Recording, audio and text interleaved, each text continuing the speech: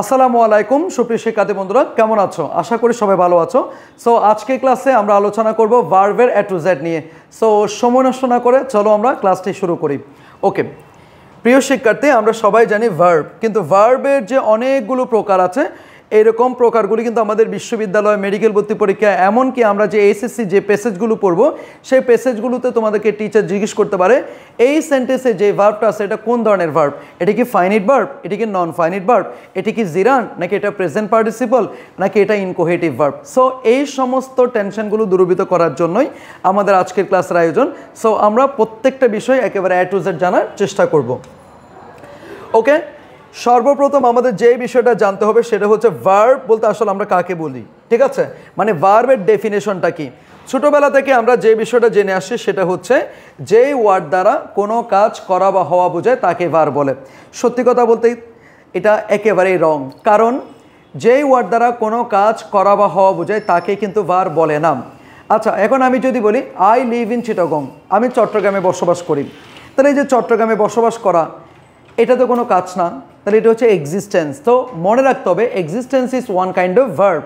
এরপর আমি বললাম আই ফিল গুড টুডে, আমি আজকে অনেক ভালো বোধ করছি, তাহলে যে ভালো বোধ করা, ভালো অনুভব করা, এটা কিন্তু কোনো কাজ না, এটা হচ্ছে এক্সপেরিয়েন্স। সো আজকে থেকে আমরা যেই কথাটা বলবো সেটা হচ্ছে যেই ওয়ার্ড দ্বারা অ্যাকশন, এক্সিস্টেন্স অথবা এক্সপেরিয়েন্স বোঝাবে তাকে আমরা আবার বলবো। কি বলবো বলো তো?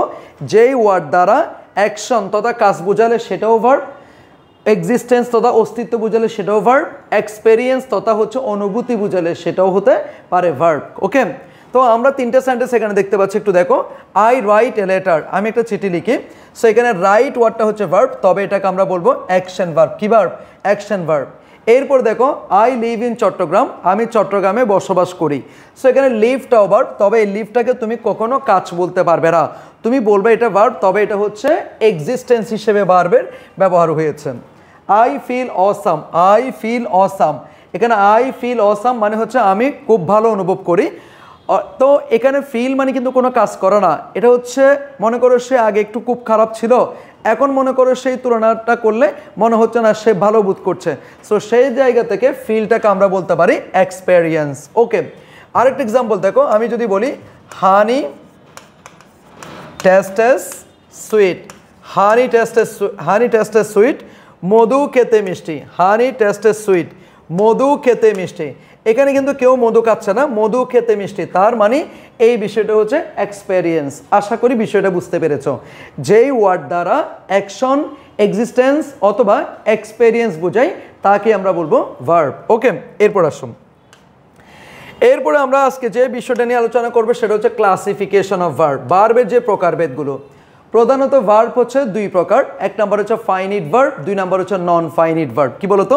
এক নম্বর হচ্ছে ফাইনিট ভার্ব, দুই নম্বর হচ্ছে কি নন ফাইনিট ভার্ব। তো আমরা জানি ফাইনিট ভার্ব যেটা সেটা হচ্ছে টেন্সের একটা ফর্ম। ঠিক আছে, যে ভার্বটা টেন্স অনুসারে হয় সেটাকে আমরা বলবো ফাইনিট ভার্ব, যে ভার্ব দ্বারা টেন্স চেনা যায় না সেটাকে আমরা বলবো নন ফাইনিট ভার্ব। সোজা কথায় একটা সেন্টেন্স যখন দেখবা, ওই সেন্টেন্সের মধ্যে যে ভার্বটা দেখতে পাবা সেই ভার্বটা যদি কোনো টেন্সের স্ট্রাকচারের মধ্যে পড়ে বা কোনো একটা টেন্স বলা যায় সেটাকে তুমি বলবো ফাইনিট ভার্ব।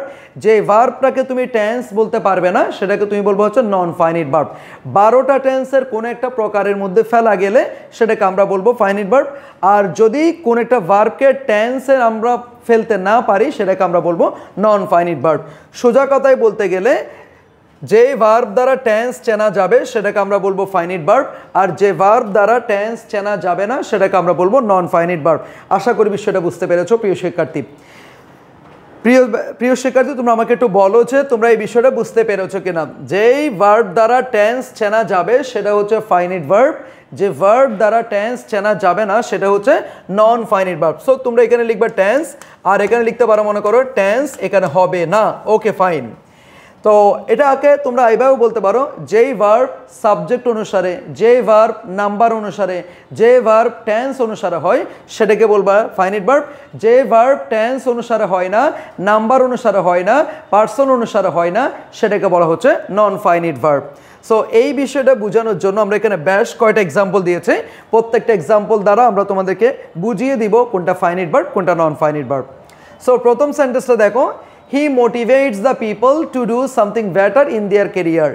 তাদের জীবনে ভালো করার জন্য সে সবসময় মানুষজনকে একটু কী করে, মোটিভেট করে। He motivates the people to do something better in their career. তাহলে এটা একটা সেন্টেন্স। এই সেন্টেন্সের মধ্যে মনে করো আমরা মোটিভেটস নামক একটা ভার্ব পাচ্ছি, তারপর মনে করো হচ্ছে টু ডু একটা ভার্ব পাচ্ছি, ঠিক আছে। তো এই যে দেখো মোটিভেটস এটা একটা প্রেজেন্ট ফর্ম, ঠিক আছে। তো প্রেজেন্ট ফর্ম মানে কি, প্রেজেন্ট ইনডিফিনিট, তার মানে এটাকে আমরা বলতে পারবো কি, ফাইনিট ভার্ব। টু ডু দ্বারা কোনো টেন্স বলা যায় না, সো সেই ক্ষেত্রে এটাকে আমরা বলবো নন ফাইনিট ভার্ব। তাহলে ইনফিনিটিভ হচ্ছে কি, নন ফাইনিট ভার্ব। এখন নন ফাইনিট ভার্ব রূপে কে কে বসতে পারে সেটা যদি বলে, তুমি বলবো হচ্ছে জিরান বসতে পারে। কে বসতে পারে? জিরান বসতে পারে, ইনফিনিটিভ বসতে পারে, এরপরে হচ্ছে তোমার পার্টিসিপল বসতে পারে। এটা মনে রাখবা প্রিয় শিক্ষার্থী। কি বলছে বলো তো, নন ফাইনিট ভার্বগুলো কি কি? জিরান, পার্টিসিপল, ইনফিনিটিভ, এই তিনটা ভার্ব নন ফাইনিট ভার্ব হিসেবে কাজ করে। জিরান, পার্টিসিপল, ইনফিনিটিভ নন ফাইনিট ভার্বের কাজ করে। Okay fine. তাহলে এই যে দেখো টু ডু এটা হচ্ছে নন ফাইনিট ভার্ব, আর মোটিভেটস এটা হচ্ছে ফাইনিট ভার্ব। এটা দ্বারা টেন্স জানা যাচ্ছে। দে এন্টার্ড দ্য ক্লাসরুম, তারা ক্লাসরুমে প্রবেশ করেছিল। তাহলে এই যে দেখো এন্টার্ড দ্বারা আমরা ফার্স্ট ইনডিফিনিট টেন্স আইডেন্টিফাই করতে পারি, দ্যাটস এটাকে আমরা বলবো finite verb. He was playing cricket, say cricket খেলছিল। তাহলে দেখো তো ওয়াজ প্লেয়িং এটা দ্বারা আমরা অবশ্যই কি করতে পারি, পুরো টেন্স আইডেন্টিফাই করতে পারি। এটা কি ফার্স্ট কন্টিনিউয়াস টেন্স, দ্যাটস এটাকে আমরা বলবো ফাইনিট ভার্ব। আর যদি তোমাকে শুধু বলো ওয়াজটা কি, তাহলে ওয়াজটাও কি ফাইনিট ভার্ব। কেন? কারণ ওয়াজ হচ্ছে কি ফার্স্ট ইনডিফিনিট টেন্স চেনার একটা মার্কার। এরপরে যদি বলো তোমাকে শুধু প্লেয়িং কি, শুধু প্লেয়িং দ্বারা কখনো কোনো টেন্স বলতে পারি না, তার মানে শুধু প্লেয়িংটাকে আমরা বলবো নন ফাইনিট ভার্ব। ওয়াজ প্লেয়িংটা হচ্ছে ফাইনিট, শুধু ওয়াজটা ফাইনিট, কারণ ওয়াজ ওয়ার হচ্ছে কি ফার্স্ট ফর্ম, আর ফার্স্ট ফর্ম মানে হচ্ছে ফার্স্ট ইনডিফিনিট। আর যদি বলে শুধু প্লেয়িংটা কি, তখন তুমি সেটা বলো নন ফাইনিট ভার্ব, কারণ শুধু প্লেয়িং দ্বারা কখনো টেন্স আইডেন্টিফাই করা যায় না। এরপরে আসো, হি কেম টু মাই রুম লাফিং, সে আমার রুমে হাসতে হাসতে এসেছিল। তাহলে কেম একটা ভার্ব আছে, লাফিং একটা ভার্ব আছে। তাহলে এখানে কেম দ্বারা আমরা ফার্স্ট ইনডিফিনিট টেন্স আইডেন্টিফাই করতে পারি, দ্যাটস এটা হচ্ছে ফাইনিট ভার্ব। আর লাফিং দ্বারা আমরা কোনো টেন্স আইডেন্টিফাই করতে পারছি না, দ্যাটস এটা হচ্ছে নন ফাইনিট ভার্ব। এরপরে আসো, আই ওয়াজ স্লিপিং, এখানে ওয়াজ স্লিপিং এটাকে আমরা বলতে পারি ফাইনিট ভার্ব, যেহেতু এটা ফার্স্ট কন্টিনিউয়াস টেন্স। আর যদি বলে শুধু স্লিপিংটা কি, তখন তুমি বলবে এটা কি নন ফাইনিট ভার্ব। আর যদি বলে শুধু ওয়াজটা কি, তখনও বলতে পারো তুমি হচ্ছে ফাইনিট ভার্ব। ওকে, এরপরে আসো, he has decided to buy a new car, সে একটা নতুন গাড়ি কেনার সিদ্ধান্ত নিয়েছে। এরপরে এখানে টু বাই একটা ভার্ব দেখতে পাচ্ছি, হ্যাজ ডিসাইডেড একটা ভার্ব দেখতে পাচ্ছি।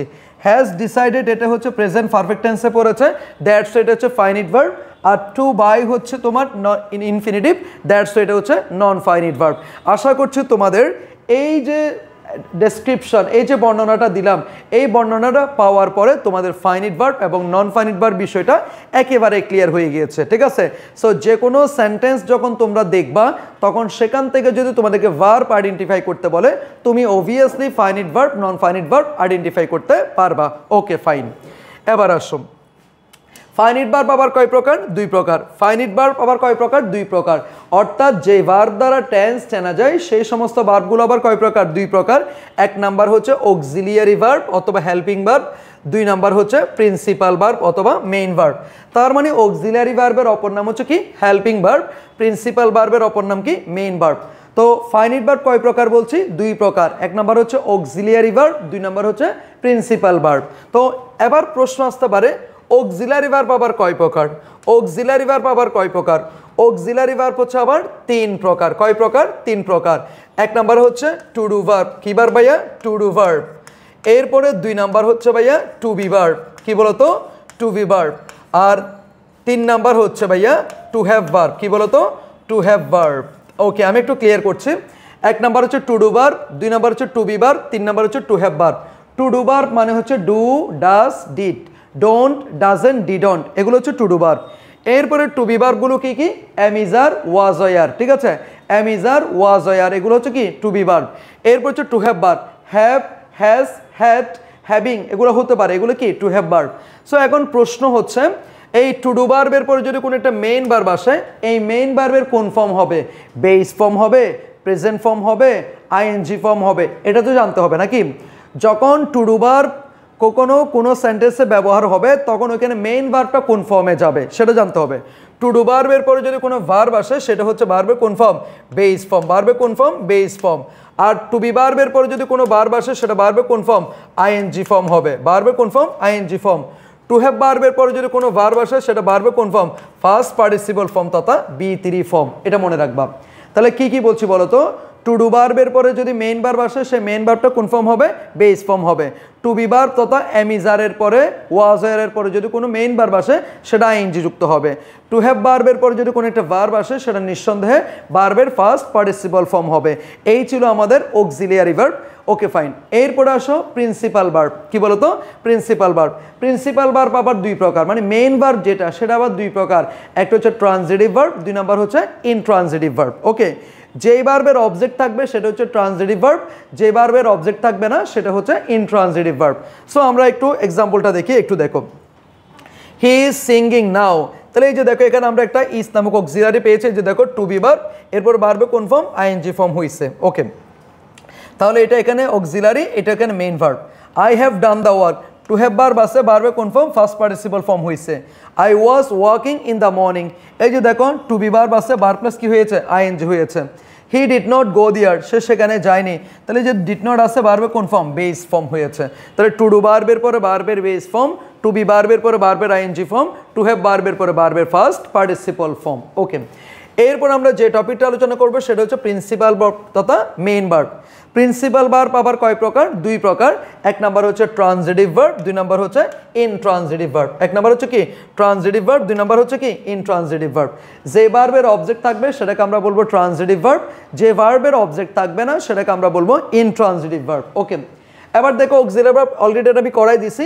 Two do verb, to be verb, to have verb, modal verb আছে। মডাল ভার্বের পরে ভার্বে কোন ফর্ম, বেস ফর্ম। এখন প্রশ্ন আসতে পারে মডাল ভার্বগুলো কি কি, shall, should, can, could, may, might, will, would, be going to, be to, have to, has to, had to, ought to, need to, used to, be supposed to, had better, had rather, would better, would rather, must, let, dear to, এগুলোকে বলা হচ্ছে modal. Modal অক্সিলারির পরেও ভার্বে কোন form, base form. এই যে দেখো আমরা আরো কিছু এক্সাম্পল দেখি। ডিড হি গো দিয়ার, তাহলে ডিড আছে, এই যে ভার্বে কোন form, base form. He does not play, এই যে দেখো ডাজ নট আছে, base form. They are going, are আছে, verb plus ING. Is he going to school, is আছে, verb plus ING. I have gone there, have আছে ভার্বের past participle form. I shall go there, modal আছে, ভার্বের কোন form, base form. ওকে, এরপরে আসো principal ভার্বগুলো। আমরা বলছিলাম কি, যে ভার্বের অবজেক্ট থাকবে সেটা হচ্ছে ট্রানজিটিভ ভার্ব, আর যে ভার্বের অবজেক্ট থাকবে না সেটা হচ্ছে ইনট্রানজিটিভ ভার্ব। এখন প্রশ্ন হচ্ছে অবজেক্ট আছে নাকি নাই সেটা কেমনে বুঝবা। ভার্বটাকে যদি তুমি কি করো, এই যে ভার্ব যেটা আছে ভার্বটাকে যদি তুমি কি অথবা কাকে দ্বারা প্রশ্ন করো, ভার্বকে কি অথবা কাকে দ্বারা প্রশ্ন করে যদি ভার্বের পরে, অন্য কোথাও না, ভার্বের পরে পেতে হবে। অবজেক্ট সবসময় ভার্বের পরেই থাকে। ভার্বকে কি অথবা কাকে দ্বারা প্রশ্ন করে যদি ভার্বের পরে কোনো উত্তর পাও সেটাই হচ্ছে অবজেক্ট। ঠিক আছে, ভার্বকে কি অথবা কাকে দ্বারা প্রশ্ন করে যদি ভার্বের পরে কোনো কিছু উত্তর পাও সেটা হচ্ছে কি অবজেক্ট। ওকে, তো অবজেক্ট পাওয়া গেলে সেটা হবে ট্রানজিটিভ ভার্ব, অবজেক্ট পাওয়া না গেলে সেটা হবে ইনট্রানজিটিভ ভার্ব। ওকে, এবার দেখো আমরা কিছু সেন্টেন্স দেখে ক্লিয়ার করব। দে প্লে ক্রিকেট, তাহলে দেখো প্লে শব্দের তো কি খেলা করে, তাহলে কি খেলে, ক্রিকেট খেলে, তার মানে এটা অবজেক্ট আছে, সুতরাং এটা হচ্ছে কি ট্রানজিটিভ ভার্ব। এটা মেইন ভার্ব, মেইন ভার্ব আবার দুই প্রকার, ট্রানজিটিভ এবং ইনট্রানজিটিভ। সো এটা হচ্ছে transitive verb. I know them, আমি তাদেরকে চিনি। সো নো হচ্ছে এখানে প্রিন্সিপাল ভার্ব, আর এর মধ্যে আবার এটা কি ট্রানজিটিভ ভার্ব যেহেতু অবজেক্ট আছে। হি টিচেস আস ইংলিশ, কি শিক্ষা দেয়, ইংলিশ। কাকে শিক্ষা দেয়, আমাদেরকে। সুতরাং এই ভার্বের অবজেক্ট আছে, তাও আবার দুইটা অবজেক্ট আছে। সো মনে রাখবা আবার যে ভার্বের দুইটা অবজেক্ট থাকে তাকে আমরা বলবো ডি ট্রানজিটিভ ভার্ব। কি বলবো প্রিয় শিক্ষার্থী, D transitive verb, D transitive verb. যে ভার্বের দুইটা অবজেক্ট থাকবে তাকে আমরা বলবো ডি ট্রানজিটিভ ভার্ব, যেটাকে বাংলায় বলে দ্বিকর্মক্রিয়া। বাংলায় যেটাকে বলে দ্বিকর্মক্রিয়া। আরেকটা দেখো, দে প্লে ওয়েল, এখানে প্লেটাকে আমরা বলেছিলাম ট্রানজিটিভ। আবার দেখো দে প্লে ওয়েল, কি খেলে, কাকে খেলে, কোনো উত্তর নাই। কেমন খেলে, ভালো খেলে। তাহলে এখানে ওয়েলটা হচ্ছে অ্যাডভার্ব, সুতরাং এখানে এই প্লেয়ের অবজেক্ট নাই, দ্যাটস এই প্লেটাকে আমরা বলবো ইনট্রানজিটিভ ভার্ব। সো মনে রাখবা প্রিয় শিক্ষার্থী, একই ভার্ব ট্রানজিটিভ রূপও বসতে পারে, ইনট্রানজিটিভ রূপও বসতে পারে। আই ফিল গুড, তাহলে দেখো আই ফিল গুড, আমি অনুভব করি, কি অনুভব করি? গুড। তাহলে গুড ওয়ার্ডটা অ্যাডজেক্টিভ, তো অ্যাডজেক্টিভ কখনো অবজেক্ট হইতে পারে না, অ্যাডজেক্টিভ কখনো অবজেক্ট হইতে পারে না। সো সেই ক্ষেত্রে এখানে এই ফিলটাকে আমরা বলবো ইনট্রানজিটিভ ভার্ব। কি বলবো? Intransitive verb. I went to market, এখানে দেখো আই ওয়েন্ট টু মার্কেট, আমি মার্কেটে গিয়েছিলাম, কি গিয়েছিলাম, কাকে গিয়েছিলাম, কোনো উত্তর পাচ্ছি না, সো ওয়েন্টটাকে আমরা বলবো ইনট্রানজিটিভ ভার্ব। ফায়ার বার্নস, এটা মেডিকেলে অনেকবার আসছে, মেডিকেল এবং বিশ্ববিদ্যালয় ভর্তি পরীক্ষা এটা অনেকবার আসছে, খুবই গুরুত্বপূর্ণ। ফায়ার বার্নস, এখানে বার্নসটা যদি আন্ডারলাইন করা হয় সবাই বলে কি জ্বলে, আগুন জ্বলে, সো এটাকে মনে করে এটা কি অবজেক্ট, কিন্তু মনে রাখতে হবে প্রিয় শিক্ষার্থী, অবজেক্ট যদি হইতো সেটা ভার্বের পরেই তো থাকতো, তার মানে শুধুমাত্র কি বা কাকে দ্বারা প্রশ্ন করলে উত্তর হবে না, অবশ্য উত্তরটা সেটা ভার্বের পরে ফেলে সেটা অবজেক্ট। তুমি কি বা কাকে দ্বারা প্রশ্ন করেছো, উত্তরটা যদি শুরুতে পাও সেটা হবে সাবজেক্ট, তার মানে এখানে অবজেক্ট নাই, সুতরাং এটা হচ্ছে intransitive verb. The sun rises in the east, সূর্য পূর্ব দিকে ওঠে, তাহলে তুমি যদি বলো কি উঠে, অনেকে বলো দ্য সান উঠে, কিন্তু না, এইখানে যদি এটা যদি অবজেক্টই হইতো তাহলে অবশ্য রাইজেসের পরেই তো হইতো, তার মানে রাইজেসের পরে যেহেতু কোনো ওয়ার্ড নাই, তো সেই ক্ষেত্রে এটাকে আমরা ইনট্রানজিটিভ ভার্বই বলবো। কি বলবো? Intransitive verb. The students raise their hand, শিক্ষার্থীরা তাদের হাত উঠাইছিল, তাহলে কি উঠাইছিল? তাদের হাত উঠাইছিল। এই যে দেখো দেয়ার হ্যান্ডস, এখানে অবজেক্ট আমরা পাচ্ছি নাকি পাচ্ছি না? অবভিয়াসলি পাচ্ছি। সো সেই ক্ষেত্রে রেইজটাকে আমরা বলবো হচ্ছে কি ট্রানজিটিভ ভার্ব। আশা করি বুঝতে পেরেছো প্রিয় শিক্ষার্থী। ভার্বকে কি বা কাকে দ্বারা প্রশ্ন করে ভার্বের পরে যদি কোনো উত্তর পাই সেটা হচ্ছে অবজেক্ট, আর অবজেক্ট থাকলে ট্রানজিটিভ ভার্ব, অবজেক্ট না থাকলে ইনট্রানজিটিভ ভার্ব। আশা করি বুঝা গিয়েছে। এরপরে আসো, অবজেক্ট থাকে এরকম ভার্ব আবার কয় প্রকার জানো? 4 প্রকার। মানে ট্রানজিটিভ ভার্ব আবার কয় প্রকার? 4 প্রকার। ভিন্ন ভিন্ন ক্যারেক্টারিস্টিক্সের কারণে, ভিন্ন ভিন্ন বৈশিষ্ট্যর কারণে অনেক সময় ট্রানজিটিভ ভার্বকে আরও 4 প্রকারে বিভক্ত করা হয়েছে। 1 নাম্বার হচ্ছে তোমার কজেটিভ ভার্ব, 2 নাম্বার হচ্ছে রিফ্লেক্সিভ ভার্ব, 3 নাম্বার হচ্ছে ফ্যাক্টেটিভ ভার্ব, 4 নাম্বার হচ্ছে কগনিট ভার্ব। এই 4টা প্রকার আবার কিসের জানো? এই 4টা প্রকার আবার হচ্ছে তোমার ট্রানজিটিভ ভার্বের মধ্যেই পড়েছে। Okay fine. এখন প্রথমত আমরা কজেটিভ ভার্ব নিয়ে একটু আলোচনা করব। কজেটিভ ভার্ব বিষয়টা কি একটু দেখো প্রিয় শিক্ষার্থী। আমরা দৈনন্দিন জীবনে সব কাজ কিন্তু নিজেরাই করি না, অনেক সময় আমাদের নিজেদের কাজগুলো অন্যকে দিয়ে করিয়ে নিতে হয়। তাহলে এই যে অন্যকে দিয়ে কাজ করিয়ে নেওয়ার যে ব্যাপারটা আসে, এই ব্যাপারটার জন্য আমরা যে ভার্বটা ব্যবহার করি সেটাকে আমরা বলবো কজেটিভ ভার্ব। কি বলবো? Causative verb. সো চাইলে তোমরা মনে রাখতে পারো, কর্তা নিজে না করে অন্য কাউকে দিয়ে যদি কোনো কাজ করিয়ে নেওয়া হয় সেটাকে আমরা বলবো কজেটিভ ভার্ব। কি বলেছি বলো তো? কর্তা নিজে না করে, তোমরা চাইলে লিখতে পারো কর্তা নিজে না করে, কর্তা নিজে না করে অন্যকে দিয়ে যদি কোনো কাজ করানো হয়,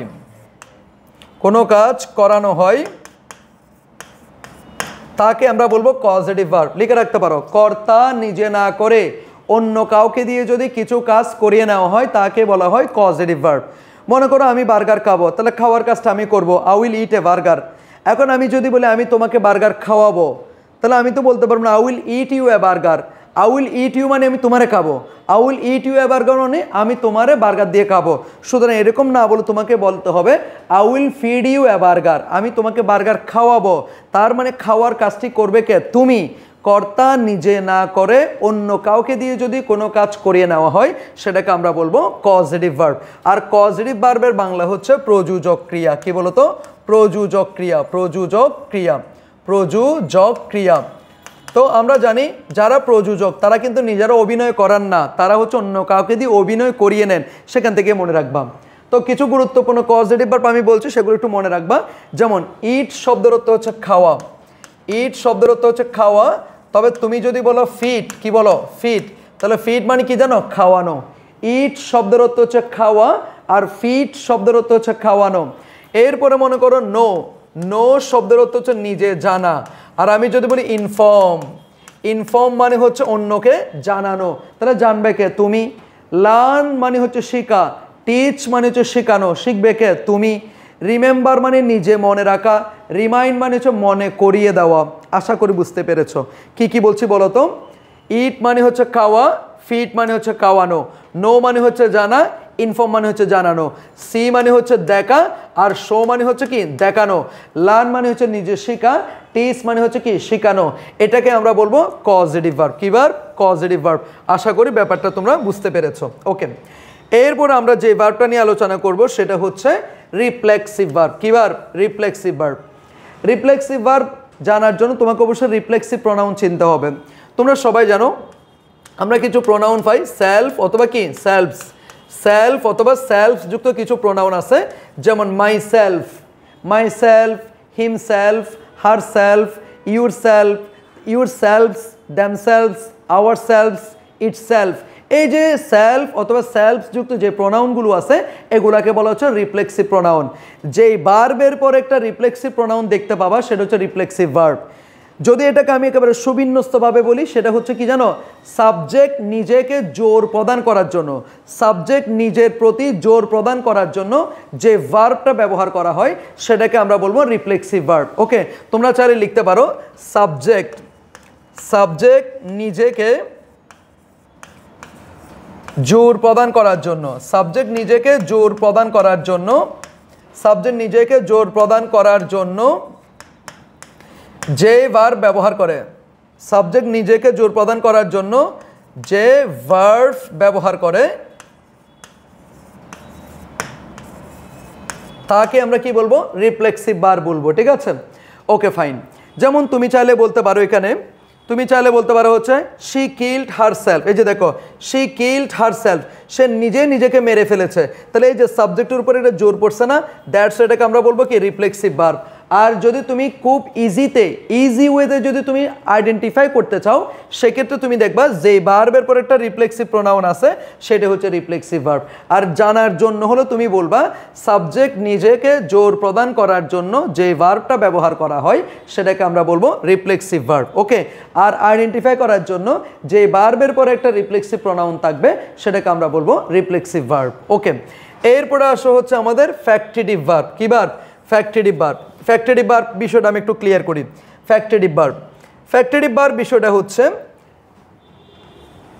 যেই ভার্বের একটা অবজেক্ট থাকা সত্ত্বেও আরও একটি অবজেক্ট কমপ্লিমেন্ট দরকার হয় সেটাকে আমরা বলবো ফ্যাক্টিটিভ ভার্ব। কি বলছি বলতো, একটা অবজেক্ট থাকবে আর একটা অবজেক্ট কমপ্লিমেন্ট, তার মানে ওই কমপ্লিমেন্টটা ওই অবজেক্টকে মিন করবে, সেটাকে আমরা বলবো ফ্যাক্টিটিভ ভার্ব। তাহলে লিখে রাখতে পারো যেই ভার্বের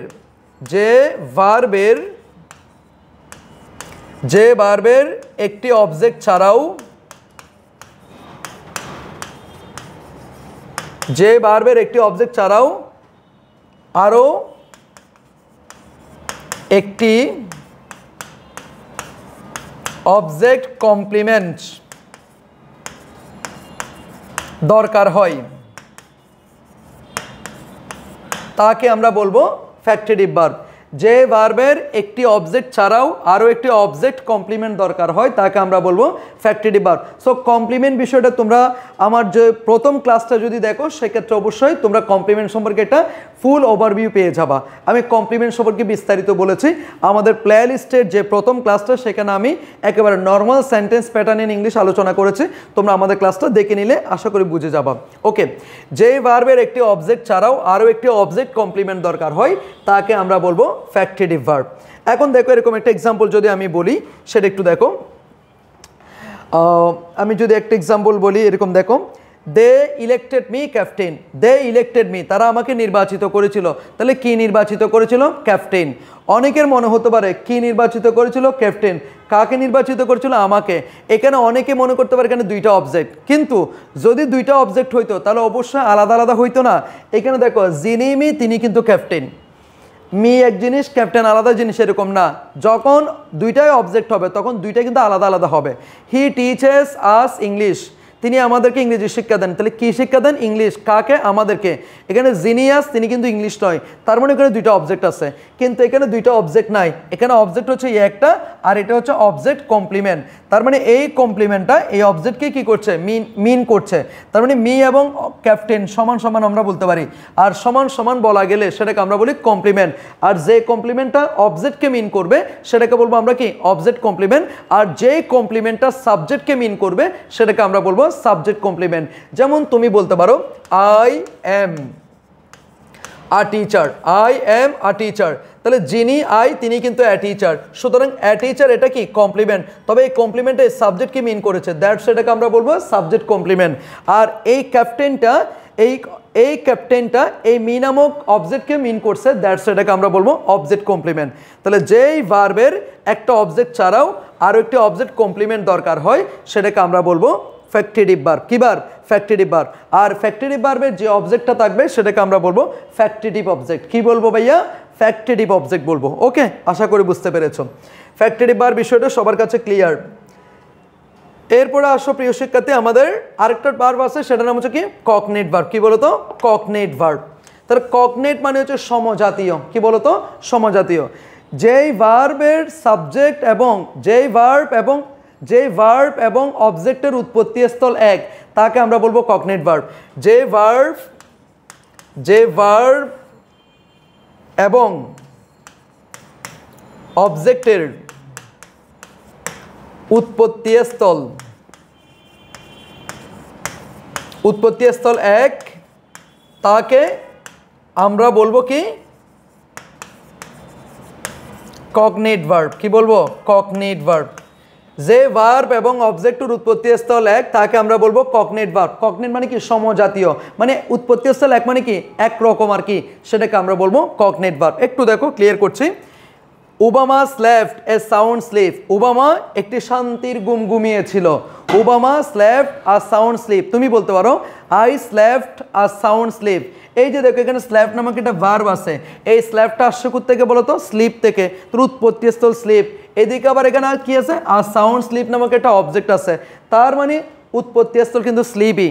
তো সেই ক্ষেত্রে এটাকে আমরা বলবো কগনেট ভার্ব, আর এই সাউন্ড স্লিপ পুরোটাকে আমরা বলবো কগনেট অবজেক্ট। আশা করি বুঝতে পেরেছো। ওকে, ফাইন। তাহলে আমরা causative verb, reflexive verb, factitive verb, cognate verb আলোচনা করেছি। তবে যদি কেউ জিজ্ঞেস করে causative, factitive, reflexive, cognate verb এগুলো কোন ধরনের মধ্যে পড়ে, তুমি বলবে এগুলো হচ্ছে ট্রানজিটিভ ভার্ব, কারণ এই চার প্রকারের ভার্বের অবজেক্ট থাকবে। ওকে, এবার একটু আমরা এক্সাম্পলগুলো একটু ব্যাখ্যা করি। একটু দেখো, I will feed you a burger. তোমাকে যদি জিজ্ঞেস করা হয় ফিডটা কোন ধরনের ভার্ব, তখন তুমি বলবে এটা কি কজেটিভ ভার্ব। কেননা ইট মানে খাওয়া, ফিড মানে কি খাওয়ানো, অন্য কাউকে খাওয়ানো, তার মানে খাবে অন্য কেউ। এই যে দেখো অবজেক্ট আছে, শি উইল ইনফর্ম ইউ, এখানেও ইনফর্মটা কি causative verb. I will show you, শোটা এখানে causative verb. I will teach you, টিচটা এখানে causative verb. I will remind you, এখানে রিমাইন্ডটা positive verb. They elected me captain, তাহলে দে ইলেক্টেড মি, তারা আমাকে নির্বাচিত করেছিল। কি নির্বাচিত করেছিল? ক্যাপ্টেন। যিনি মি তিনি ক্যাপ্টেন, তার মানে একটা অবজেক্ট আর একটা অবজেক্ট কমপ্লিমেন্ট, দ্যাটস এটাকে আমরা বলবো ফ্যাক্টিটিভ ভার্ব। ওকে, এরপরে আসো, সে ফান্স হারসেলফ, সে নিজেকে নিয়ে মজা করতেছে, তাহলে এখানে সাবজেক্ট নিজের প্রতি জোর দিচ্ছে, দ্যাটস এটাকে আমরা বলবো রিফ্লেক্সিভ ভার্ব। অথবা এরপর একটা রিফ্লেক্সিভ প্রোনাউন আছে, দ্যাটস ওয়াই এটাকে আমরা বলবো reflexive verb. She killed herself, এখানে সাবজেক্ট নিজের প্রতি জোর দেওয়া হয়েছে, দ্যাটস ওয়াই কিলটাকে আমরা বলবো রিফ্লেক্সিভ ভার্ব।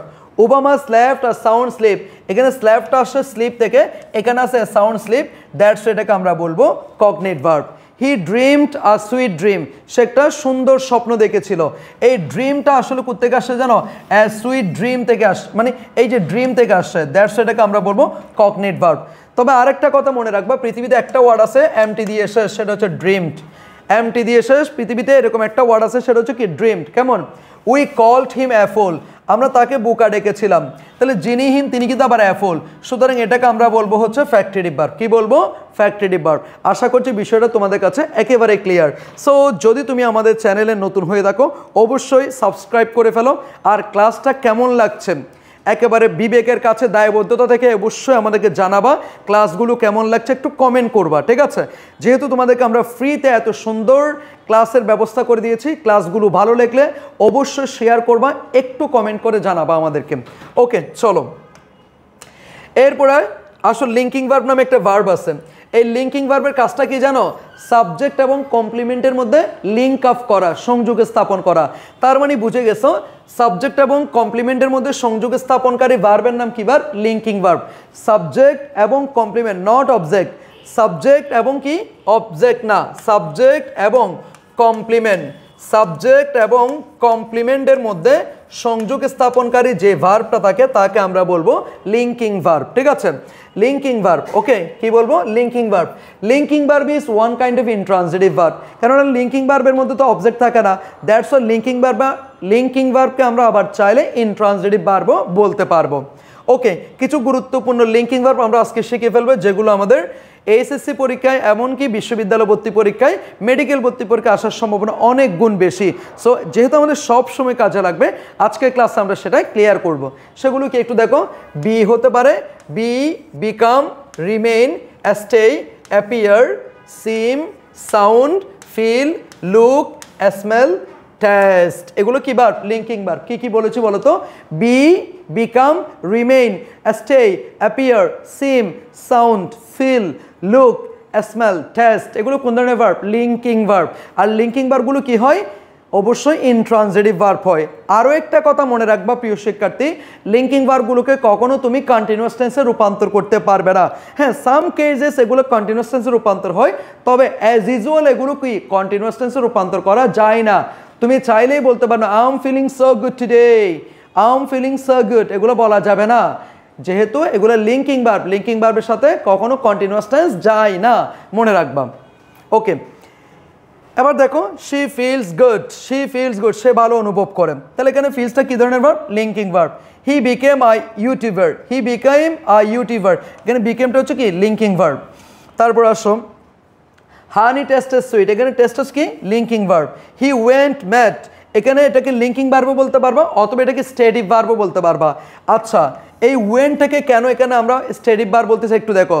যখন কোন একটা ভার্বের রেগুলার যে মিনিং, সেই মিনিং না বুঝিয়ে যখন ভিন্ন একটা মিনিং বুঝাই, তখন সেটাকে আমরা বলবো স্টেটিভ ভার্ব। কি ভার্ব? Stative verb. আবার বলছে প্রিয় শিক্ষার্থী, নর্মালি আমরা সবাই জানি ওয়েন্ট মানে হচ্ছে যাওয়া, কিন্তু এখানে ওয়েন মানে কিন্তু কি? যাওয়া না। এখানে ওয়েন মানে কি? সে পাগল হয়ে গেল, এখানে গেল বুঝাচ্ছে। হি ওয়েন্ট ম্যাড, সে পাগল হয়ে গেল। এই ওয়েন্টের কিন্তু যাওয়া মিনিং বা গিয়েছিল মিনিং না বুঝিয়ে ভিন্ন আরেকটা যেহেতু মিনিং বুঝাচ্ছে, দ্যাটস সেটাকে আমরা বলবো স্টেটিভ ভার্ব। কি ভার্ব? Stative verb. ওকে, এরপরে আসো, আরেক ধরনের ভার্ব আছে, সেটার নাম হচ্ছে impersonal verb. Impersonal verb, impersonal verb বলতে আমাদের একটা প্রোনাউন আছে ইট।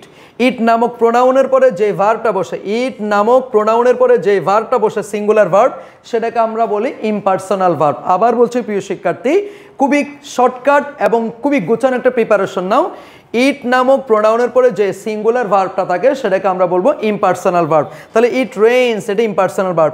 ইট is possible, it is impossible, second ইজটা হচ্ছে ইমপার্সোনাল ভার্ব। তবে ইটের পরপরই বসতে হবে। যদি এরকম হয় ইট মে রেইন টুডে, ইট মে রেইন টুডে, এখানে মেটা কোন ধরনের ভার্ব? এখানে মেটা কিন্তু ইমপার্সোনাল ভার্ব না, এটা হচ্ছে মডাল, এটা একটা পসিবিলিটি বোঝাচ্ছে। ঠিক আছে, তাহলে এখানে এটি ইমপার্সোনাল ভার্ব, এটি ইমপার্সোনাল ভার্ব, কিন্তু এটা ইমপার্সোনাল ভার্ব নয়। ওকে, এরপর আসুন, এরপরে আমরা আরেক ধরনের ভার্ব পাবো প্রিয় শিক্ষার্থী, সেই ভার্বের নাম হচ্ছে কোয়াসিফেসিভ ভার্ব। কি ভার্ব? কোয়াসিফেসিভ ভার্ব। আগে বলো, কোয়াসি শব্দের অর্থ কি? কোয়াসি মানে হচ্ছে অর্ধেক, আর ফেসিভ মানে কি? ফেসিভের অর্ধেক। কোয়াসি মানে হচ্ছে অর্ধেক, আর ফেসিভ মানে কি? ফেসিভের অর্ধেক। সো এটা কিভাবে মনে রাখবে একটু বলি। যেই ভার্বটা দেখতে তোমার কাছে মনে হবে কি? অ্যাক্টিভ, কিন্তু স্ট্রাকচারাল ভাবে সেটা, যেই ভার্বটা তোমার কাছে মনে করো শুনতে মনে হবে ফেসিভ, কিন্তু স্ট্রাকচার হচ্ছে অ্যাক্টিভ, সেটাকে বলা হচ্ছে কি? কোয়াসিফেসিভ। আমি আবার বলছি, যেই ভার্বটা তোমার কাছে শুনতে মনে হবে কি? ফেসিভ। শুনতে মনে হবে কি? ফেসিভ। যখন তুমি শুনবা, যখন তুমি শুনতে পাবা, ওই সেন্টেন্সটা যখন শুনবা, তখন মনে হবে কি তোমার কাছে? ফেসিভ। শুনতে মনে হবে passive.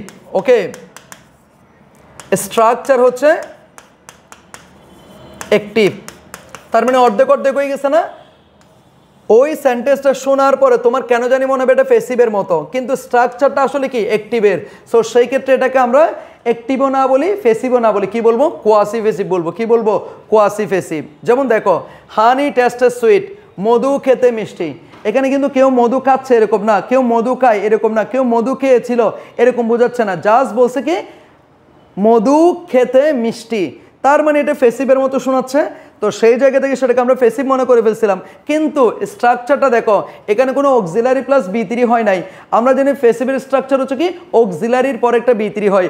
Water is polluted, rice is eaten, cricket is played. তাহলে এরকম অক্সিলারি প্লাস B3 হচ্ছে না, দ্যাটস ওয়াই এটাকে আমরা বলবো হচ্ছে কি অ্যাক্টিভের স্ট্রাকচার। সো সেই ক্ষেত্রে এটাকে আমরা বলতে পারি হচ্ছে কি কোয়াসি প্যাসিভ। ওকে, মধু খেতে মিষ্টি। এরপর দেখো দ্য বুক রিডস ওয়েল, বইটি পড়তে ভালো, বইটি পড়তে ভালো। সো সেই ক্ষেত্রে এখানে রিডস নামক যে ভার্বটা আছে এটাকে আমরা বলবো হচ্ছে তোমার কোয়াসি প্যাসিভ ভার্ব। এরপর আসো রাইস সেলস চিপ, ধান সস্তায় বিক্রি হয়। এখানে এমন না যে কেউ ধান সস্তায় বিক্রি করতেছে, জাস্ট বলা হয়েছে ধান সস্তায় বিক্রি হয়। সো সেই জায়গা থেকে এটাকে আমরা বলবো কোয়াসি প্যাসিভ ভার্ব। এইরকম ভার্বগুলো কিন্তু আমাদের মেডিকেল এবং বিশ্ববিদ্যালয় ভর্তি পরীক্ষায় অনেকবার আসে, এবং তোমরা এগুলো হচ্ছে তোমাদের যে ইএফটি বইগুলো থাকবে, তোমরা যে প্যাসেজগুলো পড়বা প্রত্যেকটা প্যাসেজে এরকম সেন্টেন্সগুলো পাবা। তখন তোমাকে যখন কলেজের টিচাররা জিজ্ঞেস করবে এটা কোন ধরনের ভার্ব, তুমি বলবে স্যার আমি পারবো, এটা কোয়াসি প্যাসিভ ভার্ব। তখন তুমি কিন্তু একেবারে হিরো হয়ে যাবে কলেজের টিচারদের কাছে। ওকে, এরপর আসো প্রিয় শিক্ষার্থী, কপুলেটিভ ভার্ব একটা আছে, কপুলেটিভ ভার্ব। কপুলেটিভ ভার্বটা একটু দেখো। কপুলেটিভ ভার্ব বলতে আমরা কাকে বলতেছি দেখো, দ্য ডগ ওয়েন্ট ম্যাড, ওই যে যেটা বলছিলাম স্টেটিভ ভার্বের অপর নাম কি কপুলেটিভ ভার্ব।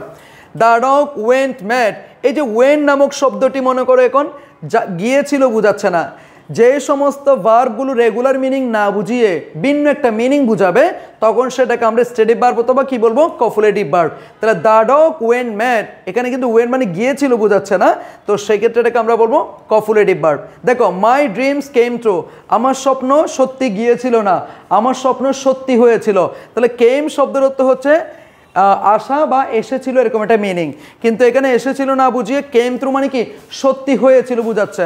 সো সেই ক্ষেত্রে এটাকে আমরা বলবো কপুলেটিভ ভার্ব। নিজস্ব মিনিং না বুঝিয়ে ভিন্ন মিনিং যখন বুঝাবে তখন সেটাকে আমরা বলবো কপুলেটিভ ভার্ব। আর কপুলেটিভ ভার্বের অপর নাম হচ্ছে স্টেটিভ ভার্ব। প্রিয় শিক্ষার্থী, আশা করছি আজকের ক্লাসে তোমরা অনেকগুলো বিষয় একেবারে নতুনভাবে শিখতে পারতেছো।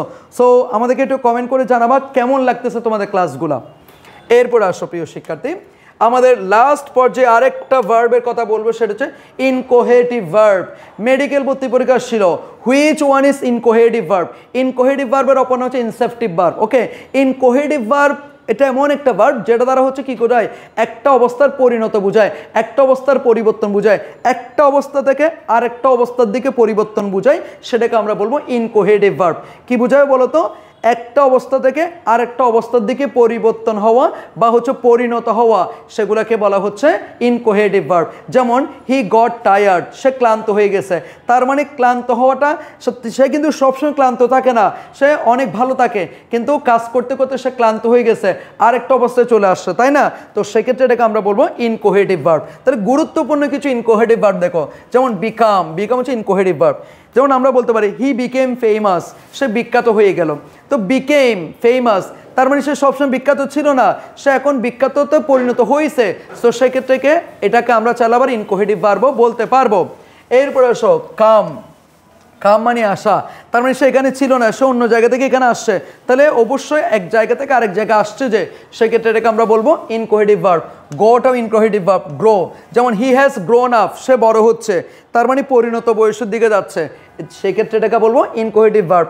এরকম কিছু গুরুত্বপূর্ণ ইনকোহেটিভ ভার্ব হচ্ছে গ্যাট হইতে পারে, ফল হইতে পারে, রান হইতে পারে, টান হইতে পারে। যেমন ফল ইন লাভ, সে প্রেমে পড়তেছে, তাহলে ফল, তাহলে সে আগে কিন্তু প্রেমে পড়ে নাই, অবস্থার পরিণত হচ্ছে, আস্তে আস্তে দয়া থেকে তার ভালোবাসায় রূপ নিচ্ছে।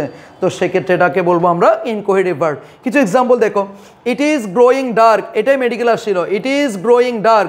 এখানে গ্রোয়িং দেখো, ইট ইজ গ্রোয়িং ডার্ক মানে হচ্ছে কি অন্ধকার হয়ে যাচ্ছে, তার মানে অবস্থার পরিবর্তন হচ্ছে। সো সেক্ষেত্রে এটাকে আমরা বলবো ইনকোহেটিভ ভার্ব তথা inceptive verb. He became rich overnight, সে রাতারাতি বড়লোক হয়ে গিয়েছিল, তাহলে বিকেমটাকে আমরা বলবো inchoative verb. He got tired, he got tired, এখানে টায়ার্ডটাকে আমরা বলবো ইনকোহেটিভ ভার্ব। হি সুন ফল আসলেপ, হি সুন ফল আসলেপ, সে শীঘ্রই ঘুমিয়ে পড়েছিল, তাহলে অবশ্যই অবস্থার পরিবর্তন হয়েছে, দ্যাটস এটাকে আমরা বলবো ইনকোহেটিভ ভার্ব। সো আজকের ক্লাসে আমরা যত প্রকারের ভার্ব আছে, মানে টেন্স ওয়াইজ যে ভার্বগুলো আছে প্রত্যেকটা ভার্ব তোমাদেরকে জানিয়েছে। আমাদের যে ভার্বগুলো মিসিং আছে সেগুলো হচ্ছে non finite verb. I mean gerund participle infinitive, এগুলো নিয়ে কিছু কথা আছে এবং সেজন্য আমরা আরও একটা ক্লাস দিব, সেটা শুধু হবে gerund participle, present participle, first participle, infinitive নিয়ে। সো ওই ক্লাসে আমরা ওই সমস্ত বিষয়গুলো ক্লিয়ার করার চেষ্টা করব ইনশাআল্লাহ। সো এরপরে আমরা আরেকটা ভার্ব এখানে পাচ্ছি, সেটা হচ্ছে গ্রুপ ভার্ব। তো গ্রুপ ভার্বটা কীরকম দেখো, এটাকে অনেক সময় ভার্বাল ফ্রেজও বলা হয়। গ্রুপ ভার্বটা একটু দেখো প্রিয় শিক্ষার্থী, যখন কোন একটা ভার্ব এবং প্রেপোজিশন মিলে ভার্বের মতো কাজ করবে, ভার্ব এবং প্রেপোজিশন মিলে যখন ভার্বের মতো কাজ করবে তখন সেটাকে আমরা বলবো গ্রুপ ভার্ব। যেমন দেখো, my mother looks after our family, আমার মা আমার পরিবার দেখাশোনা করে। তাহলে এই যে দেখো, লুকস আফটার, লুকস হচ্ছে ভার্ব, আফটার হচ্ছে প্রেপোজিশন, ভার্ব এবং প্রেপোজিশন মিলে যখন ভার্বের নিয়ে কাজ করবে সেটাকে আমরা বলবো গ্রুপ ভার্ব তথা ভার্বাল ফ্রেজ বলতে পারি। She takes after her mother, সে তার মায়ের মতো হয়েছে। তাহলে টেকস একটা হচ্ছে তোমার কি ভার্ব, আর আফটারটা কি প্রেপোজিশন। টেকস আফটার মানে হচ্ছে কি কারো মতো হওয়া, কারো সাদৃশ্য হওয়া, তো সেক্ষেত্রে এটাকে আমরা বলবো গ্রুপ ভার্ব। ওকে, এরপরে আসো প্রিয় শিক্ষার্থী, আমরা তো মডাল ভার্ব পড়েছি, shall, should, can, could, may, might, will, would, ঠিক আছে। তো এর বাইরেও কিছু সেমি মডাল আছে, সেমি মডালগুলো একই সাথে আবার তোমার হচ্ছে কি মেইন ভার্বের উপর কি কাজ করতে পারে। যেমন দেখো, নিট, নিট এটাকে আমরা সেমি মডাল বলতে পারি, ডিয়ার এটাকে সেমি মডাল, ইউজ টু এটাও semi modal, ought to, have to, had to, এগুলো হচ্ছে সেমি মডাল। এগুলো পরীক্ষায় কীভাবে আসে, which one is semi modal, চারটা অপশন দিবে, সেখান থেকে তোমাকে এটা সেমি মডাল আইডেন্টিফাই করতে হবে। তাহলে কোনটা কোনটা সেমি মডাল বলো তো প্রিয় শিক্ষার্থী, নিট এটাকে আমরা সেমি মডাল বলতে পারি, ডিয়ার এটাকে সেমি মডাল, ইউজ টুকে সেমি মডাল, অট টুকে সেমি মডাল বলবো, হ্যাভ টু, হ্যাড বেটার, এই সব কয়টাকে আমরা বলবো সেমি মডাল। দেখো, ইউ নিডন্ট ওয়ারি, সুতরাং এটাকে আমরা বলবো কি semi modal. I dare not to tell him, semi modal. He used to smoke but quit, সে আগে ধূমপান করতে কিন্তু এখন সেটা ছেড়ে দিছে, এটাকে তুমি চাইলে সেমি মডালও বলতে পারো। You ought to go to the doctor, এখানে অট টুকে তুমি চাইলে সেমি মডাল বলতে পারো প্রিয় শিক্ষার্থী। ওকে, এরপর আসো প্রিয় শিক্ষার্থী, আমরা একেবারে ক্লাসের শেষ পর্যায়ে চলে এসেছি। সো তোমাদের ক্লাসটা কেমন লেগেছে আমাদেরকে জানাবা, যদি ভালো লেগে থাকে অবশ্যই তোমার বন্ধুদেরকেও জানাবা, আর অবশ্যই কমেন্ট সেকশনে জানাবা ক্লাসটি কেমন লেগেছে। সো সেই পর্যন্ত ভালো থাকো, সুস্থ থাকো, সুন্দর থাকো, দেখা হবে পরবর্তী ক্লাসে। আসসালামু আলাইকুম।